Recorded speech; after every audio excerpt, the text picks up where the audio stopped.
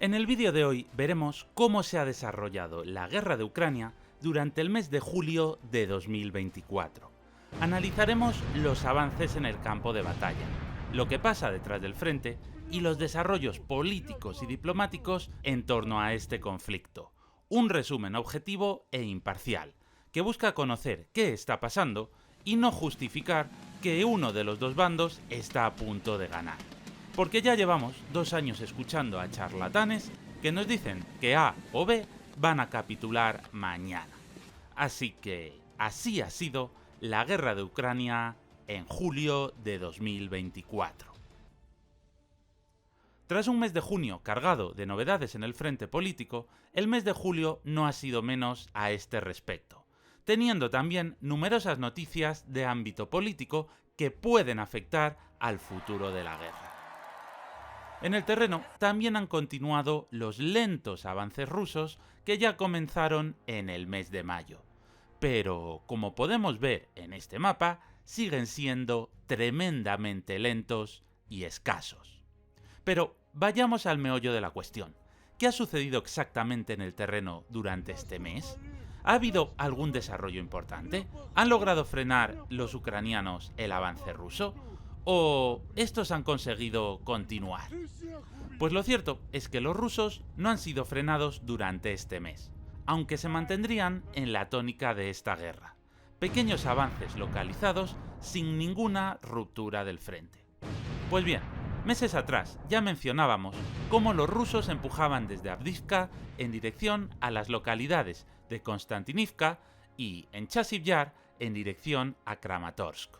Y cómo estos estarían intentando cerrar una gran bolsa alrededor de las posiciones ucranianas, que, si todo se diera según tienen planeado, se quedarían embolsadas entre ambos ejes de avance. Pues bien, la situación en la zona se ha deteriorado para los ucranianos durante este mes. Los rusos, que han sido aún incapaces de cerrar el cerco, y les queda mucho, decidieron a principios de mes lanzar ataques hacia el interior del saliente ucraniano, presionando hacia las localidades de Toretsk y New York. Bueno, esta New York no, esta otra. Llegando a avanzar unos 5 kilómetros hacia el interior del saliente ucraniano, entrando en las localidades de Sumy y Yurivka.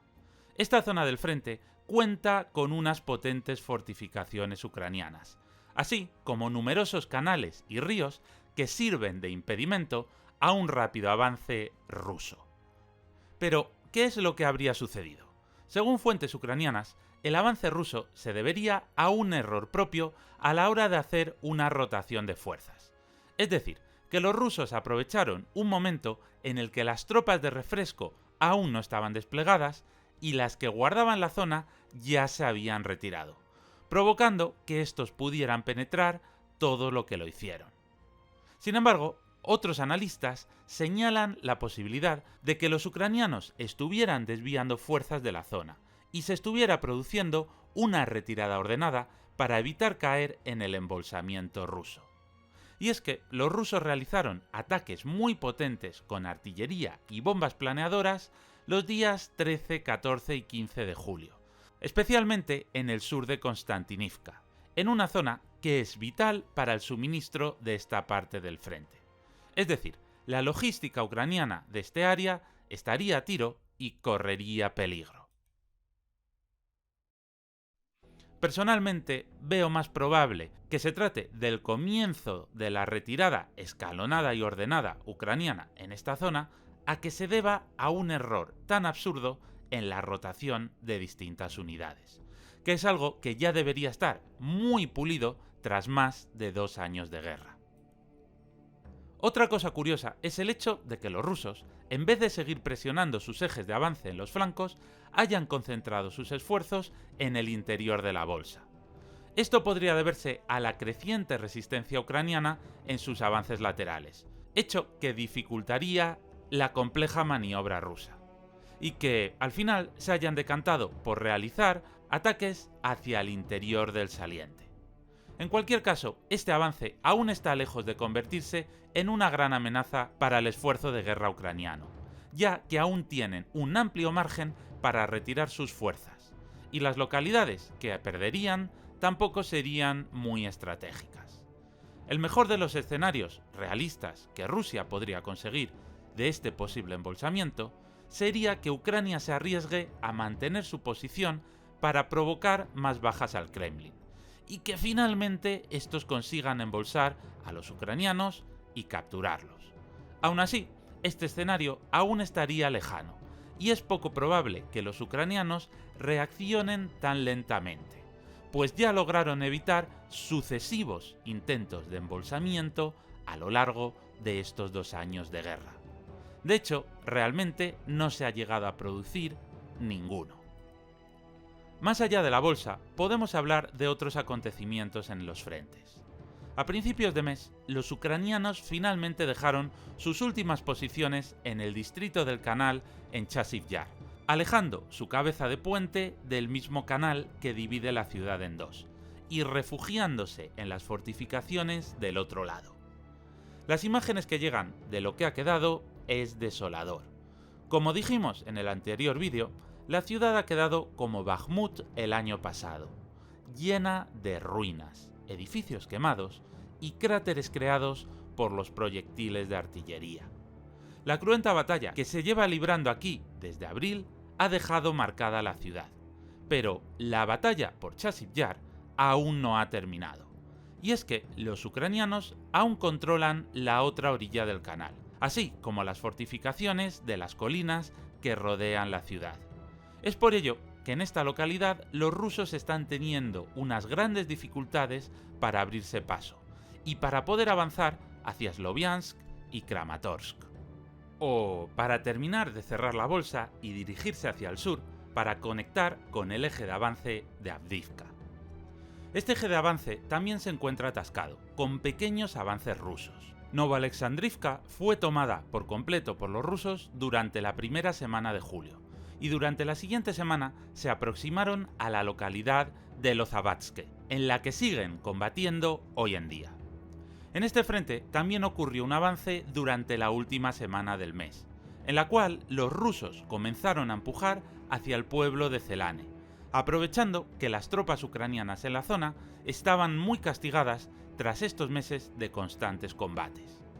Este avance se dirigiría hacia Poprovsk, un nudo de carreteras que en la actualidad sirve para suministrar a Chasiv Yar, y también podría utilizarse en el futuro para flanquear Kramatorsk por el sur, aunque este escenario aún está muy lejano. Otro de los frentes que ha visto una importante actividad es la zona de Kupiansk. Recordaréis, como dijimos en el anterior vídeo de junio, cómo los rusos estaban realizando avances en la zona. Pues bien, estos avances han continuado durante estas semanas. Los rusos han mantenido su avance hacia el río Oskil, tomando la localidad de Pischane el día 20, y combatiendo en la actualidad por los pueblos de Kolinskivka y de Giliboke.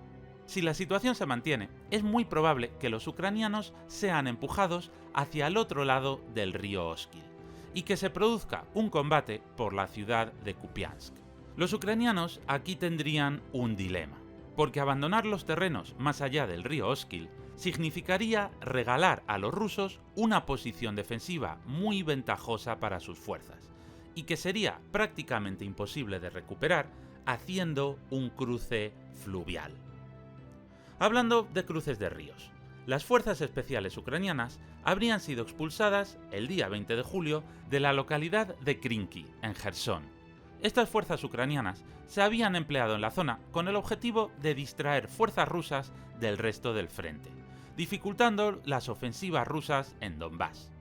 Estas operaciones de fuerzas especiales cruzando el río se han estado viendo casi desde 2022, cuando los rusos se retiraron de la orilla occidental del río Dnieper, ante el desastre sucedido en Kharkov, permitiendo así acortar el frente. Pero claro, esto no significa que el río sea una barrera impasable. Los ataques ucranianos se habían mantenido, aunque con un carácter más limitado y más parecido a la guerra de guerrillas que a un gran ataque como los que sí que se han producido en el Donbass. El cruce de un río para fuerzas convencionales requeriría la creación de puentes, ya sean de pontones o normales, para así poder cruzar el río con unidades mecanizadas y en números considerables. Estos puentes podrían ser localizados inmediatamente por los drones y por los oteadores rusos, siendo estos destrozados al instante por la artillería y las bombas. Algo como lo que ya le sucedió a los rusos cuando intentaron cruzar el río Siversky-Donetsk y numerosas unidades blindadas fueron destrozadas por la artillería ucraniana. Y aunque los ucranianos pudieran realizar toda esta operación en tiempo récord y en secreto, las unidades que trataran de cruzar el puente posteriormente serían un blanco muy fácil para la artillería rusa. Por lo tanto, un ataque de estas características estaría descartado, al menos por el momento, por el alto mando ucraniano. Hace falta una superioridad numérica que de momento ninguno de los dos bandos tiene. Sin embargo, que pequeñas unidades remando en botes neumáticos cruce sería algo más complicado de detectar, y estas unidades tendrían más flexibilidad a la hora de pasar al otro lado del río. La primera de estas operaciones ucranianas se produjo en el estuario del río Dnieper, en la península de Kimburn, en noviembre y diciembre de 2022. Estas operaciones obligaron a los rusos a mantener una guarnición en la zona, que de otra forma hubiera estado combatiendo en otras partes del frente. Así que estos pequeños ataques relámpago son importantes para desgastar y fijar tropas en la zona. Es por ello que, a pesar de que los ucranianos hayan sido expulsados de Krinky, es muy probable que operaciones similares sigan ocurriendo. El resto de los frentes durante este mes se han mantenido más o menos tranquilos. En la zona de Vuhledar han seguido los ataques rusos, sin grandes avances, habiéndose visto la impactante imagen de más de 20 blindados rusos destruidos en el proceso. Y en la zona del corredor terrestre siguen los combates en la zona de Robotine, habiendo recuperado los rusos las localidades de Staromayoske y Urozhaine el 14 de julio, tras haberlas perdido en la ofensiva ucraniana del verano de 2023. Antes de entrar al resto del resumen de este mes, quería hacer una mención especial al último invento antidrón de la guerra, y es el tanque de púas. Aunque parece sacado de la película de Mad Max, este tanque es completamente real y funcional, y sería una evolución de los famosos tanques Tortuga rusos. No cuenta con toda la capa de blindaje antidrón que otros sí que tienen, pero tampoco la necesitaría. Estas púas permitirían que los drones explotaran a cierta distancia del blindaje del tanque, impidiendo así grandes daños en el vehículo. Sus ventajas serían obvias: una mayor visibilidad y también una mejora económica y de peso del tanque respecto a las tortugas que hemos visto hasta ahora, ya que permitirían aligerar el peso y costaría menos material fabricar estos pinchos. ¿Desventajas? Pues que lo más seguro es que todos estos pinchos causen problemas al engancharse en superficies a su alrededor.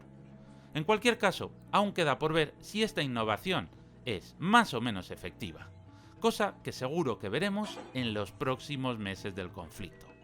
Aunque, sea como sea, los tanques tortugas o estos con pinchos son solo soluciones temporales a algo que ni unos ni otros han logrado solucionar: anular los drones explosivos del enemigo. El mar ha sido uno de los protagonistas de este mes. Ya vimos cómo en el mes de junio los rusos demostraban ser incapaces de circular por el Mar Negro sin usar un sistema de convoyes, y cómo la base naval de Sebastopol estaba constantemente bajo ataque, ya sea con los drones marítimos ucranianos o con los misiles y drones lanzados desde tierra, que tanto acosaron a Rusia en el anterior mes.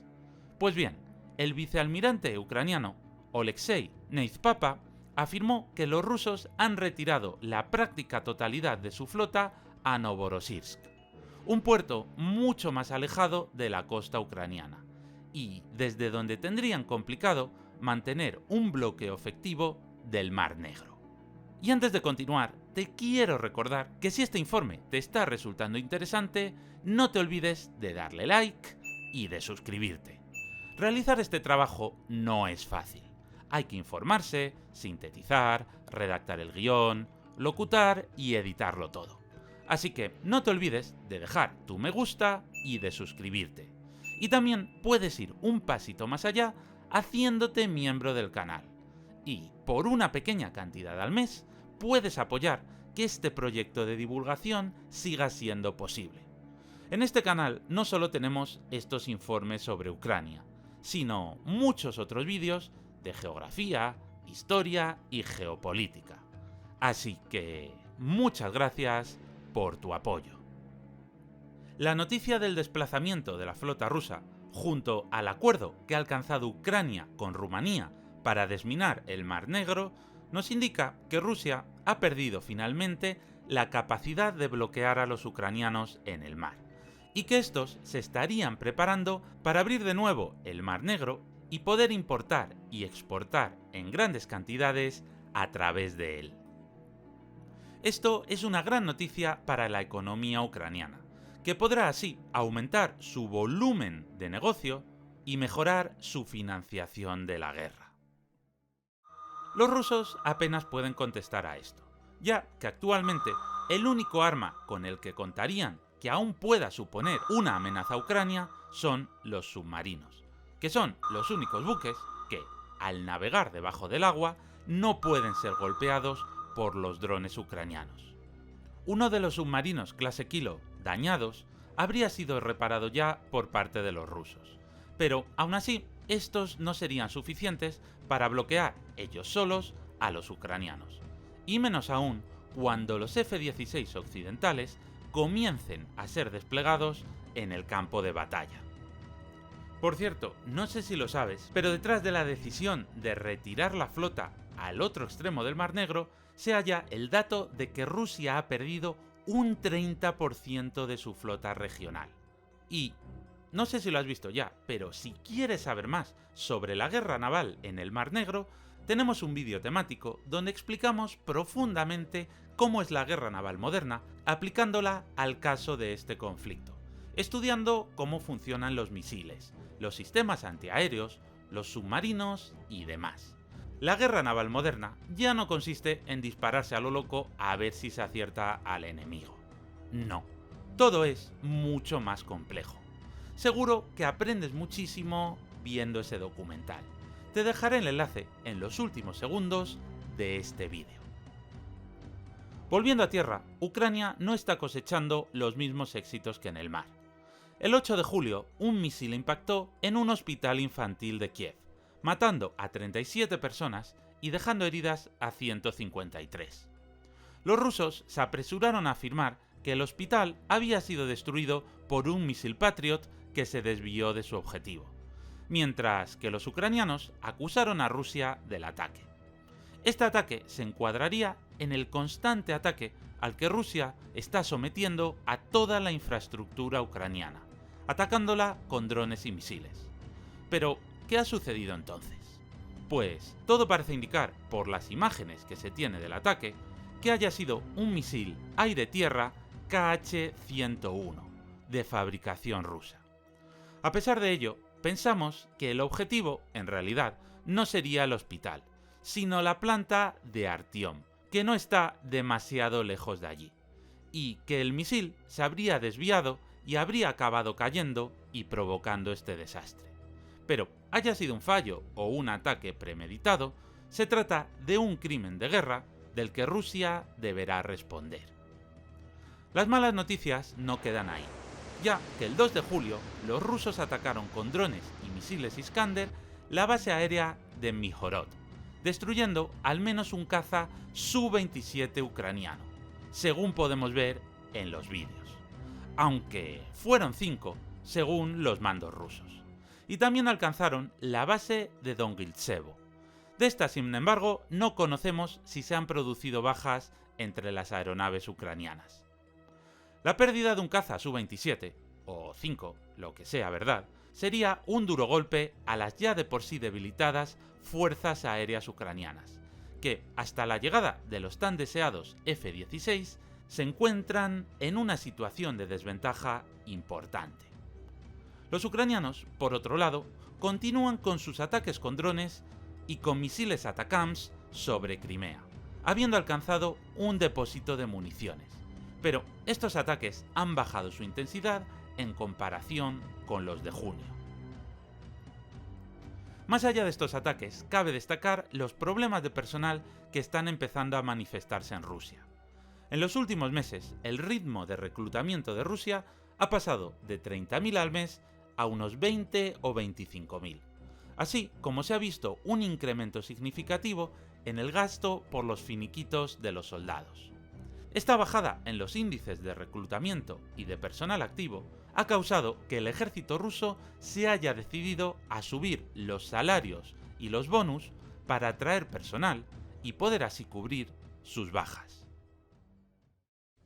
En este mismo sentido, los rusos también han recurrido al extranjero para conseguir más personal, con la aparición cada vez más común de mercenarios e incluso con la posibilidad de que acabe existiendo un contingente norcoreano, ya que estos podrían servir como parte de la alianza que firmó Putin con Corea del Norte en junio.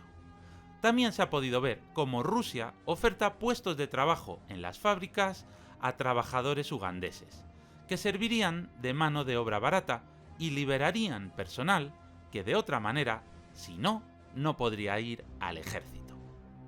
¿Significa esto que los rusos no cuentan con personal suficiente para cubrir sus bajas? No.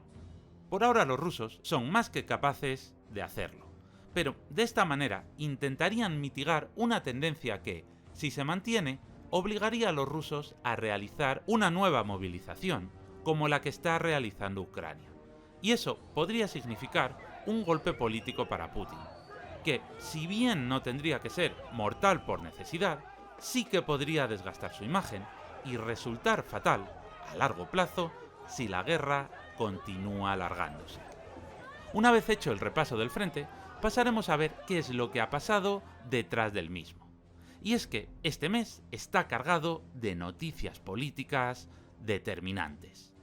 Hace unos meses vimos cómo la ayuda occidental poco a poco mejoraba la situación de las escasas municiones ucranianas. La situación en la actualidad está mucho más igualada, aunque Rusia aún cuenta con ventaja, que poco a poco se estaría desgastando.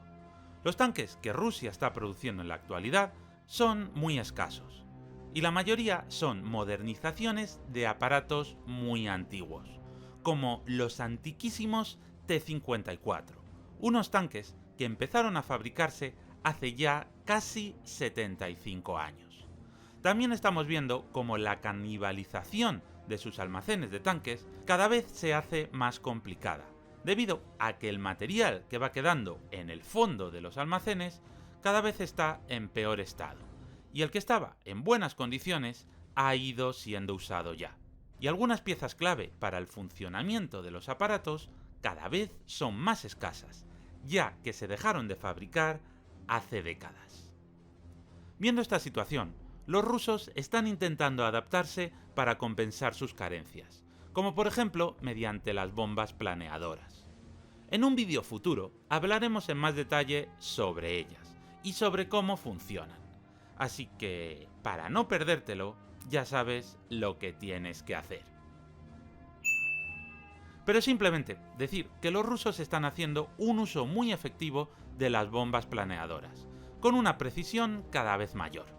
El analista militar estadounidense Michael Kaufman ha afirmado que los rusos están saturando sectores específicos del frente con estas bombas, y están consiguiendo destruir posiciones ucranianas en cuestión de horas, frente a los días que tardaban antes con la artillería. Y, para contrarrestar esto, Ucrania necesita más cazas y más baterías antiaéreas. Con el uso de estas bombas, los rusos no solo ahorran en material, sino que en muchas ocasiones ahorran también en personal al no tener que arriesgarse al fuego de contrabatería o a un enfrentamiento más prolongado contra las defensas ucranianas. El 9 de julio comenzó una cumbre de la OTAN para conmemorar los 75 años de la alianza, y la guerra de Ucrania fue el principal tema de la cumbre. Los jefes de Estado y de Gobierno de la OTAN se comprometieron a dedicar un mínimo de 40.000 millones de euros en 2025 para ayudar a Ucrania a vencer a Rusia, y disuadir así nuevos ataques en un futuro. En esta cantidad estaría incluida la compra de equipo militar para Ucrania, apoyo en especie, el mantenimiento, logística y transporte de equipos militares. También el entrenamiento de soldados, inversiones en infraestructura y en la industria de defensa ucraniana, así como también contribuciones a los fondos fiduciarios de la OTAN para Ucrania, incluyéndose también ayuda no letal. También acordaron la creación de una unidad de la OTAN de asistencia de seguridad y entrenamiento para Ucrania, coordinando así el suministro de equipo militar y de entrenamiento para el país, lo que permitiría una mayor coordinación en los esfuerzos de los aliados para reforzar a Kiev. Anthony Blinken, el secretario de Estado de Estados Unidos, resumió el objetivo de la ayuda occidental: evitar que los rusos ganen en lo que ya se ha convertido en una guerra de desgaste. Y esto es una guerra de desgaste, porque los aliados de Ucrania tienen voluntad de ayudarla, pero solo una voluntad limitada. A pesar de que los prorrusos digan que esta es una guerra de 30 países contra Rusia, la realidad es que los países de la OTAN no están dispuestos a hacer el esfuerzo que supondría ayudar en mayúsculas. Muchos de los países, como España, siguen dando una ayuda ridículamente pequeña porque esta guerra no da votos a los políticos. Y para confirmar este punto de vista, espérate un poco, porque ahora enseguida hablaremos de lo que pasa en Alemania. Así que las iniciativas occidentales cada vez están más planteadas a largo plazo. En esta línea, Estados Unidos ha autorizado al Pentágono a desplegar contratistas en Ucrania. No se trata de mercenarios, sino de empresas dedicadas al mantenimiento o reparación de material estadounidense. Esta decisión tendría el mismo objetivo que el anuncio que hizo Rheinmetall de abrir una fábrica en Ucrania: acelerar la reparación de equipos militares. Pero este mes tiene otra tanda de noticias negativas para Ucrania. Cabe destacar el reciente atentado que sufrió Donald Trump el 13 de julio, que terminó por disparar, nunca mejor dicho, su popularidad, haciendo casi segura su reelección como presidente. Trump se ha mostrado muy reacio a mantener la ayuda a Ucrania de una forma incondicional, llegando incluso a condicionarla a una posible negociación entre Ucrania y Rusia, que en la actualidad no significaría más que la renuncia de Ucrania, como mínimo, a todos los territorios ocupados por Rusia. Esta situación haría las delicias de Putin, que eliminaría la influencia occidental en Ucrania y que se quedaría con una serie de territorios que le permitirían venderse como el vencedor del conflicto. A esto también habría que añadir que Trump nominó en la convención republicana a J.D. Vance, un político de Ohio también contrario a la ayuda a Ucrania. Y es en este contexto que Zelensky decidió llamar a Trump. En esta conversación, el presidente ucraniano le felicitó por su éxito en las primarias republicanas y condenó el intento de asesinato, mientras que Trump le prometió que alcanzaría la paz en el mundo durante su presidencia. Todo muy buenas palabras, pero que son poco más que formalidades. Otra de las malas noticias para Ucrania venía desde Alemania. Mientras que el día 21 de julio llegaba uno de los sistemas Patriot prometidos por el país germano, también se filtraba el presupuesto preliminar del gobierno para el año 2025. Y en este presupuesto se recortaba a la mitad, a unos 4.000 millones de euros, las ayudas que Alemania enviaría a Ucrania. Estos presupuestos aún no son los definitivos, pero en el caso de que se aprueben, nos indican por dónde van los tiros. Aunque la realidad es que esta noticia tampoco supone que Alemania abandone a Ucrania.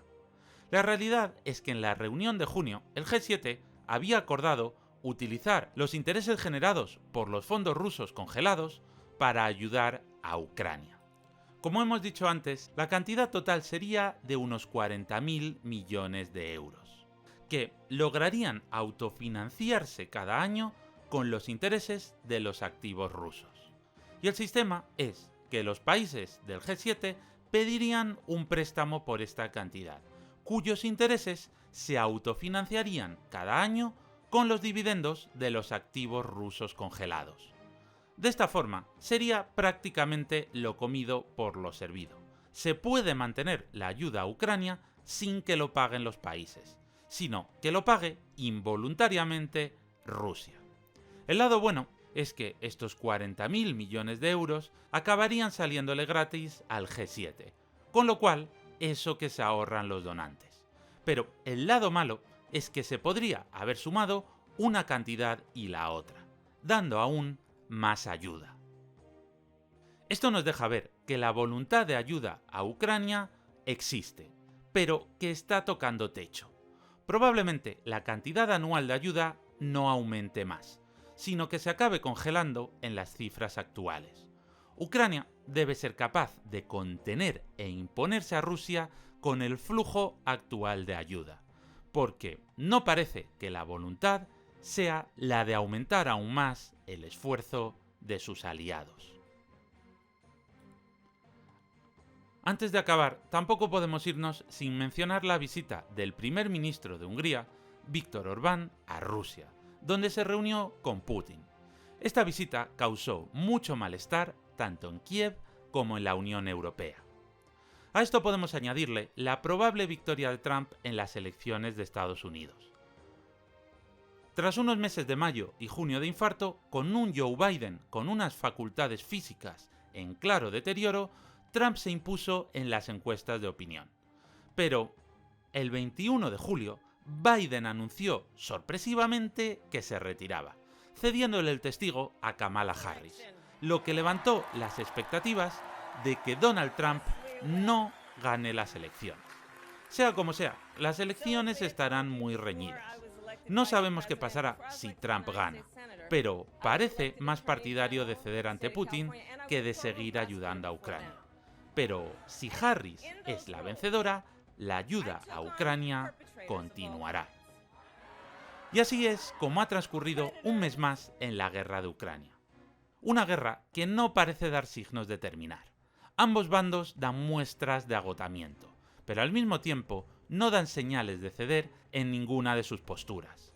Los ucranianos siguen resistiendo los golpes rusos, peleando por cada kilómetro que avanzan las fuerzas del Kremlin, y haciéndoselo pagar muy caro. Atrás han quedado los problemas de suministros que los inmovilizaban en abril y mayo, pero aún así tienen signos de debilidad, como los pequeños avances rusos que hemos visto al principio del vídeo.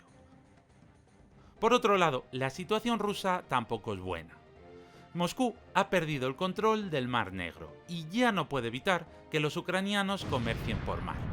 Los ingentes recursos militares que contaba en sus reservas de la Guerra Fría poco a poco se están agotando y no son infinitos. Tampoco lo es su población, que a pesar de ser muy superior a la ucraniana, cada vez es más reacia a alistarse en el ejército y acudir al frente. Por lo tanto, Rusia se ve cada vez más forzada a depender de agentes externos muy poco fiables, como mercenarios, armamento norcoreano o la ayuda de China, una potencia que no hace nada gratis y cuya ayuda podría obligar a Rusia a vincular su economía a los designios de la potencia asiática, con todo lo que ello conllevaría. Es por todo esto que el futuro de esta guerra es incierto, ya que ninguno de los dos bandos tiene una ventaja clara sobre el otro, y ambos dependen cada vez más de factores externos para continuar la guerra. ¿Y tú cómo lo ves? ¿Crees que la guerra se extenderá a lo largo de todo 2025? ¿O, en caso de ganar, Trump obligará a Ucrania a ceder a principios de año? ¿O puede aguantar Ucrania sin el apoyo norteamericano? Os leemos en los comentarios. Hasta aquí llega este informe. Si te ha gustado, no te olvides de darle like y de suscribirte. Y recuerda que también puedes hacerte miembro del canal para apoyar este proyecto de divulgación. Muchas gracias por vernos y hasta pronto.